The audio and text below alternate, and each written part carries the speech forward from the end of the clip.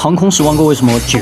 为啥跑道尽头会有一堵墙？视频来源：韩国济州航空这次空难，说是撞到了跑道尽头的这堵墙，导致飞机解体爆炸，所以这堵墙也是千夫所指啊。其实它并不是这起事故最重要的原因，只是群众能直观看到的就是这堵墙导致的而已。可能前期有很多操作都可以避免这次空难，也许是机主忘操作，或者来不及了。比如说起落架为什么就没有放下？吊机是不可能导致3个起落架卡住的，最后机腹着地，摩擦力过小，才导致冲出跑道，撞上这堵墙。所以咱不能只看表象，而且我们可以从现场图片看到，这架飞机并不是撞到墙了，而是墙前面的一个土堆。这堵墙可承受太多了。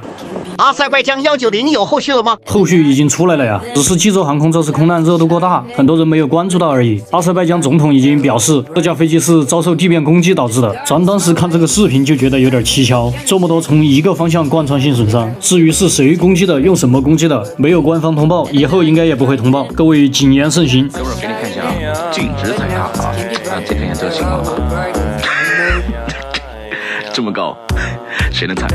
给你艾特个能踩的，让我这位粉丝失望了呀！其实我也不能踩。位置是飞机大翼的前缘缝翼，是一个增生装置，可以向前伸出，人踩上去可能会踩坏，导致没有那么精确。所以这是提醒维修人员在机翼上工作时候不要去踩这些地方。还有就是应急逃生的时候，提醒乘客不要从那边通过，因为那个地方还是比较高的。祝你们永远用不上这条啊！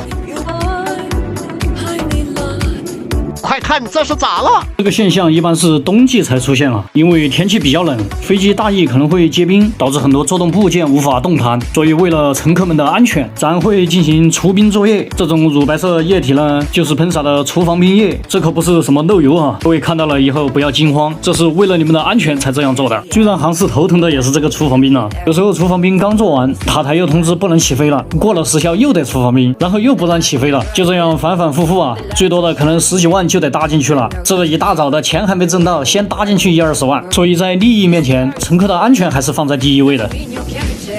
这是正常的吗？这个抖动的位置是飞机的襟翼，是增生减速装置。飞机降落和起飞都会打开这个装置。你可以想象一下啊，把你放出来，晾在这个高空，速度300-400，你会不会抖得比它还凶？这都是正常状态啊，因为这个襟翼质量轻，韧性大，放出来之后迎风面积增大，受力也就增大了，所以导致它弹性抖动，并不是网友所说的什么螺钉掉了、结构矿量过大哈，它的原理和机翼抖动是差不多的。